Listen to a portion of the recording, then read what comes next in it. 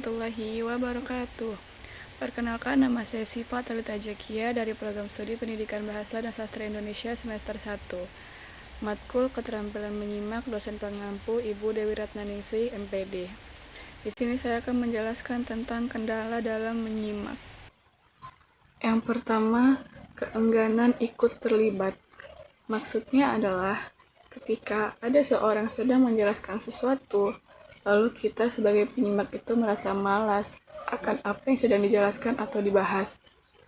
Hal itu bisa saja terjadi karena ada faktor bosan, ataupun apa yang sedang dibahas itu tidak menarik. Contohnya, ketika teman kita sedang menjelaskan kenapa dia bisa putus dengan pacarnya. Di sisi lain, teman kita sudah sering putus nyambung dengan pacarnya. Lalu ketika dia bercerita lagi akan hal itu, kita sebagai penyimak itu malas menyimak cerita tersebut. Yang kedua, ketakutan akan perubahan. Di sini maksudnya adalah penyimak merasa khawatir akan salah mengartikan apa maksud dari pembicara.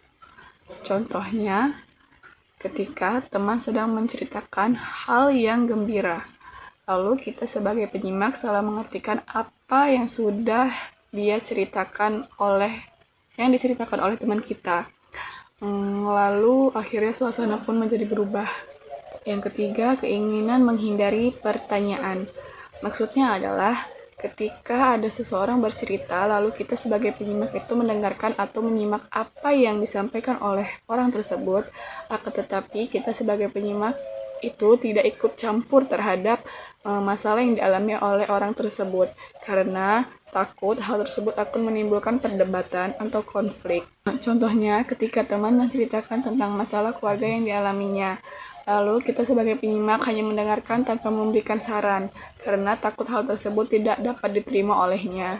Yang keempat, puas terhadap penampilan eksternal. Maksudnya adalah saat seorang terlalu fokus pada penampilan luar atau aspek fisik, baik dirinya sendiri maupun orang lain, sehingga perhatian terhadap isi dari apa yang sedang disampaikan atau disimak menjadi terganggu. Hal ini menjadi kendala dalam menyimak karena perhatian yang harusnya diarahkan ke informasi atau pembicara teralihkan oleh hal-hal yang bersifat visual atau superficial. Contohnya, ketika seorang peserta seminar lebih sibuk mengagumi gaya berpakaian pembicara yang tampak menarik, sehingga dia kehilangan fokus pada isi materi yang sedang disampaikan. Yang kelima, pertimbangan yang prematur. Berarti seorang membuat keputusan, penilaian, atau kesimpulan secara tergesa-gesa, tanpa benar-benar memahami pesan atau informasi yang disampaikan.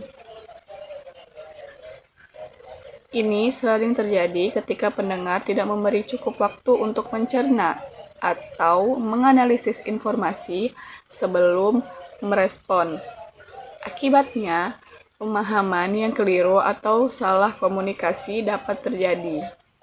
Contohnya, ketika ada seorang guru bertanya, ada beberapa siswa yang belum menyerahkan tugas.